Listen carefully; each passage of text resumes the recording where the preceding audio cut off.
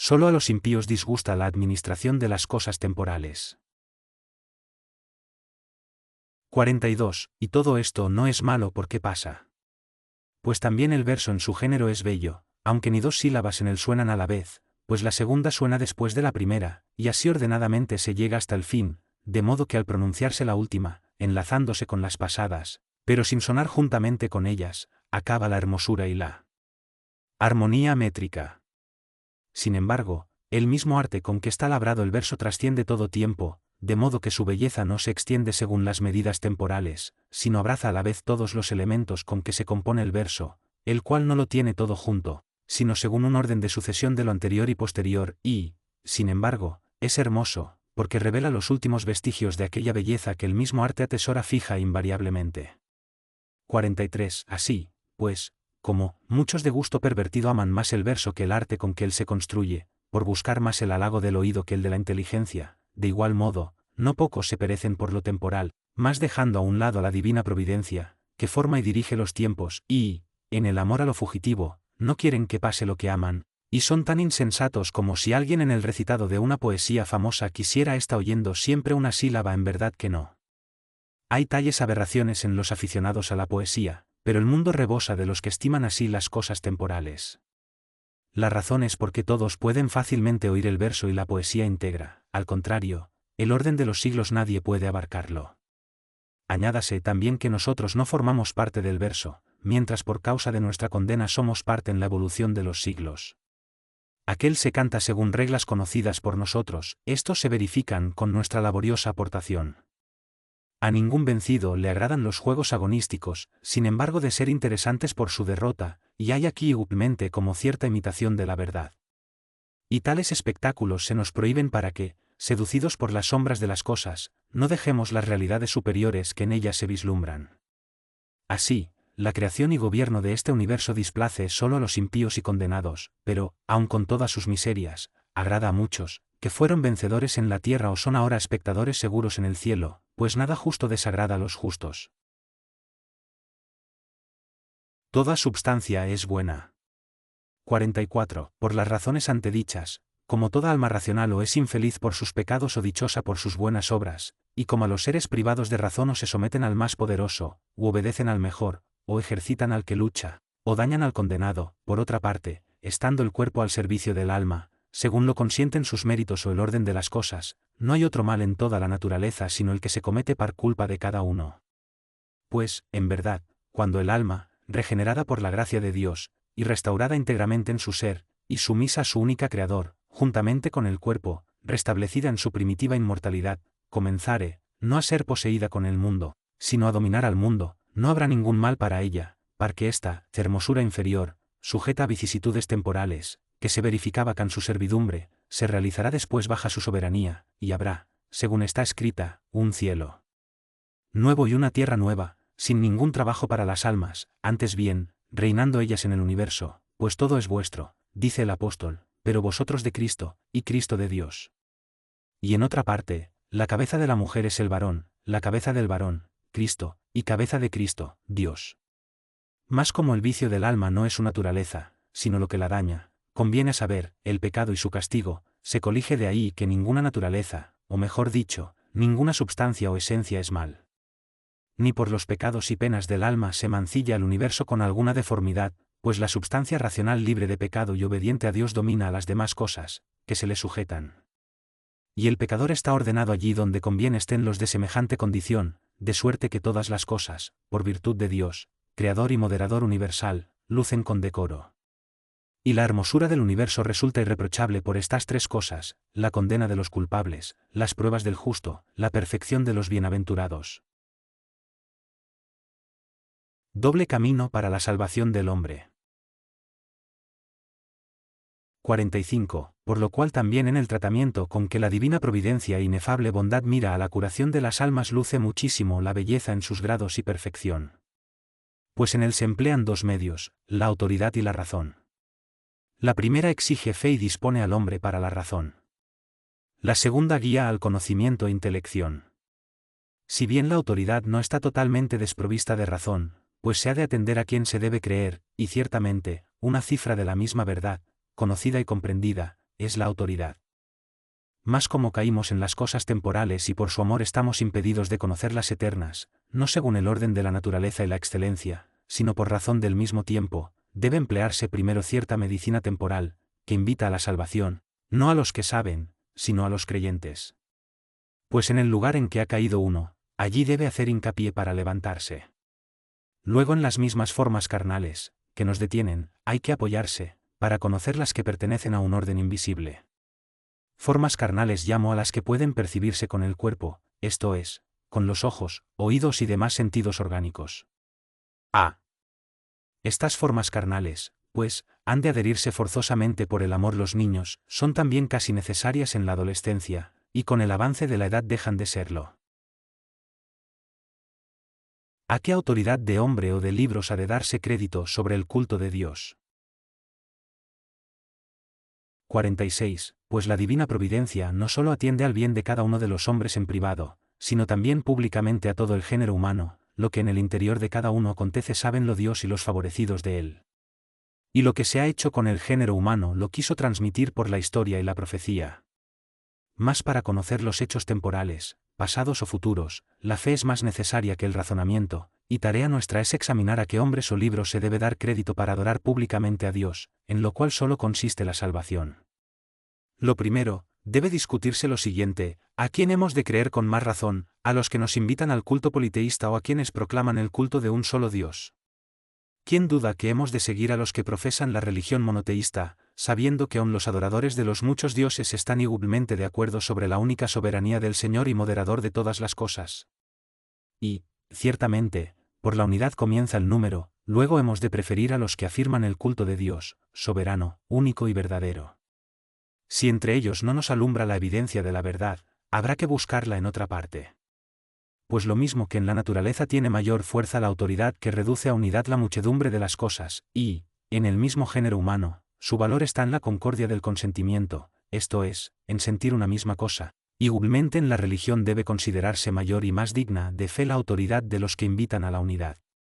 47. Examinemos en segundo lugar las disensiones que han surgido entre los hombres sobre el culto del Dios único. Pero a nosotros nos consta que nuestros padres, para elevarse en la escala de la fe, por la que se asciende de lo temporal a lo eterno, obraron movidos por la fuerza de los milagros visibles, y no podían obrar de otra manera, y merced a ellos ya no son necesarios a los descendientes.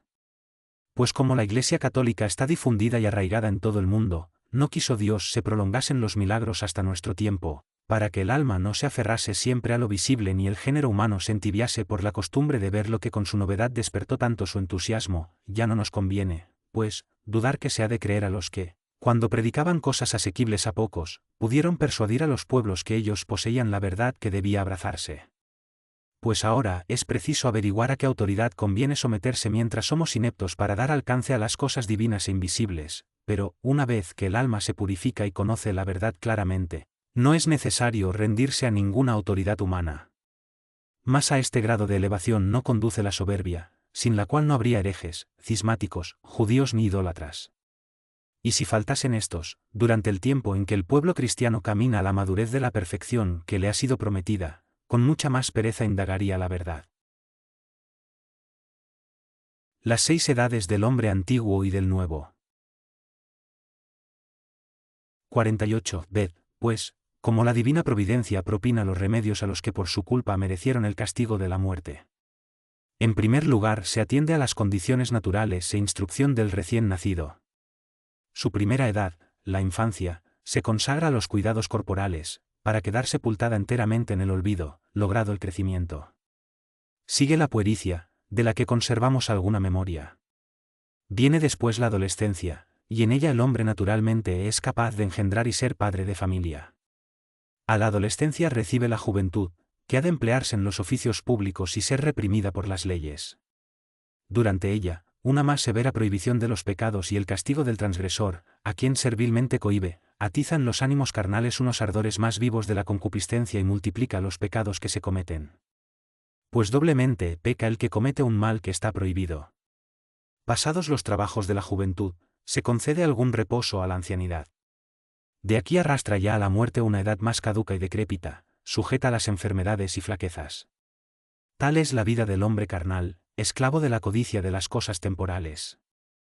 Se le llama el hombre viejo, exterior y terreno, aun cuando logre lo que el vulgo llama la felicidad, viviendo en una sociedad también terrena bien constituida, ora bajo el gobierno de los monarcas o príncipes, ora regida por leyes, o por todas esas cosas a la vez, pues de otro modo no puede establecerse bien un pueblo, aun el que pone su ideal en la prosperidad terrena, porque él también tiene su estilo de hermosura. 49. Más siguen muchos íntegramente, desde la cuna hasta el sepulcro, este género de vida del hombre, a quien acabamos de describir, viejo, exterior y terreno, ora guarde alguna clase de moderación que le es propia, ora vaya más allá de lo que exige una justicia servil. En algunos, si bien comienzan necesariamente por él, se produce un segundo nacimiento, y eliminan y acaban todas sus etapas con el vigor espiritual y el crecimiento en la sabiduría, sometiéndolas a leyes divinas hasta la total renovación después de la muerte. Este se llama el hombre nuevo, el interior y celestial, que tiene también, a su manera, algunas edades espirituales, que no se cuentan por años, sino por los progresos que el espíritu realiza. La primera se amamanta en el regazo de la provechosa historia, que nutre con sus ejemplos. En la segunda, olvidándose de lo humano, se encamina a lo divino, y saltando del regazo de la autoridad de los hombres, se esfuerza con la razón para cumplir la ley soberana y eterna. En la tercera, más afianzada y dominadora del apetito sensual con la robustez de la razón, disfruta interiormente de cierto goce conyugal, porque se espiritualiza la porción inferior y se abraza la pudorosa continencia, amando por sí misma la rectitud del vivir y aborreciendo el mal, aunque todos lo consintieran. En la cuarta, todo lo anterior se asegura y ordena, y luce el decoro del varón perfecto, fuerte y dispuesto para todas las persecuciones y para sostener y quebrar en sí todas las tempestades y marejadas de este mundo. La quinta es apacible y tranquila de todo punto, y se solazan las riquezas y abundancia del reino inalterable de la soberana e inefable sabiduría. La sexta trae la transformación completa en la vida eterna, y con el total olvido de lo temporal, el tránsito a la forma perfecta, que fue hecha a imagen y semejanza de Dios. La séptima es el descanso eterno y la bienaventuranza perpetua, que ya no admite edades. Pues como el fin del hombre viejo es la muerte, el del nuevo es la vida eterna. Pues aquel es el hombre del pecado, este el de la justicia. El proceso evolutivo de los dos hombres en el género humano. 50. Como, pues, evidentemente, esos dos hombres son de tal calidad que el tipo de uno de ellos, o sea, el del hombre viejo y terreno, puede realizarlo uno durante toda esta vida, pero el del hombre nuevo y celestial nadie puede realizarlo inseparadamente del hombre viejo, pues forzosamente con él ha de convivir hasta la muerte, aunque vaya decayendo, mientras el otro progresa, así, guardando la debida proporción, todo el género humano, cuya vida desde Adán hasta el fin de este siglo se asimila a la de los individuos, de tal modo se halla regida por las leyes de la divina providencia, que aparece distribuida en dos clases. La una como prende la masa de los impíos, que llevan impresa la imagen del hombre terrenal desde el principio del siglo hasta el fin.